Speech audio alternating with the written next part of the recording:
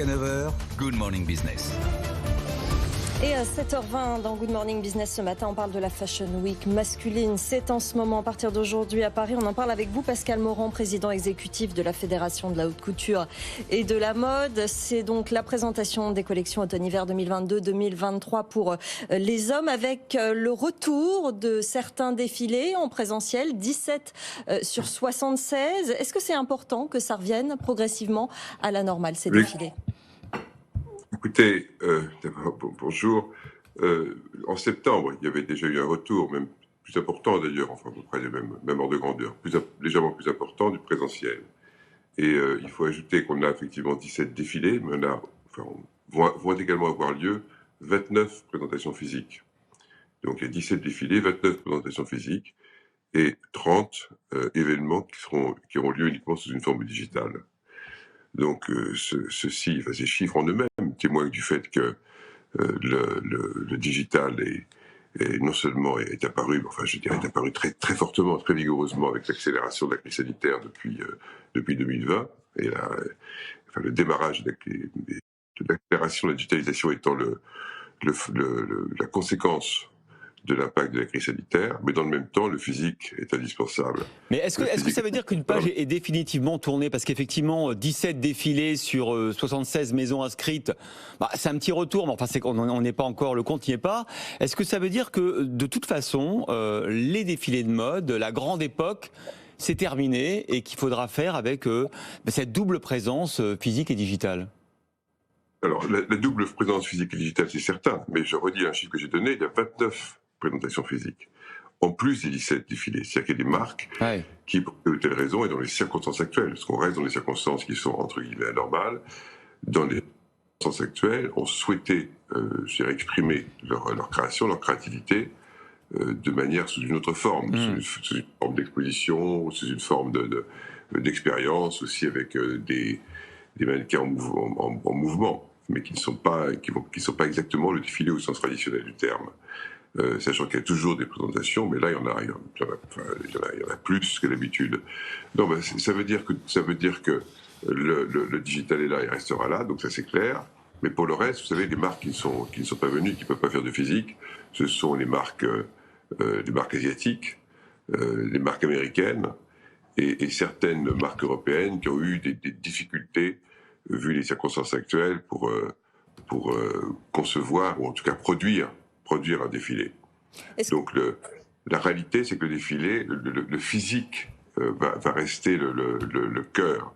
Et ça a été d'ailleurs très très, entre guillemets, conscientisé en septembre dernier au moment des collections femmes. Donc c'est ça, mais vous avez tout à fait raison, le digital est là. C'est-à-dire qu'il y a un enrichissement par la digitalisation des présentations des collections. Est-ce que ça a un impact visible sur les commandes au final ? Vous savez, un défilé de mode, c'est une fonction commerciale, mais c'est aussi une fonction créative, parce que c'est aussi l'expression de la créativité, non seulement des collections, mais aussi de la scénographie, des vidéos créatives, des films en tant que tels, et puis c'est un impact culturel également en tant qu'événement. Donc tout ceci est certes lié, mais on ne peut pas établir une corrélation donc aussi stricte. Ce qui compte, c'est l'affirmation et la communication autour des défilés des créateurs de mode et des maisons elles-mêmes. Pascal Morand, vous représentez la Fédération de la haute couture et de la mode, qui regroupe la haute couture, la mode féminine, la mode masculine. Comment vous avez traversé cette crise? Est-ce qu'on a vu disparaître des grandes maisons? Est-ce que les grands groupes en ont profité pour faire des acquisitions de maisons indépendantes? C'est quoi l'évolution au bout de 2 ans de pandémie?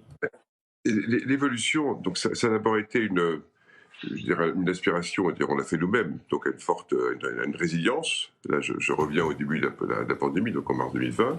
Nous-mêmes, on a mis en place une plateforme en quelques semaines à pouvoir décider de créer une Fashion Week online. Donc ça s'est fait donc rapidement. Donc j'en profite d'ailleurs pour donner l'adresse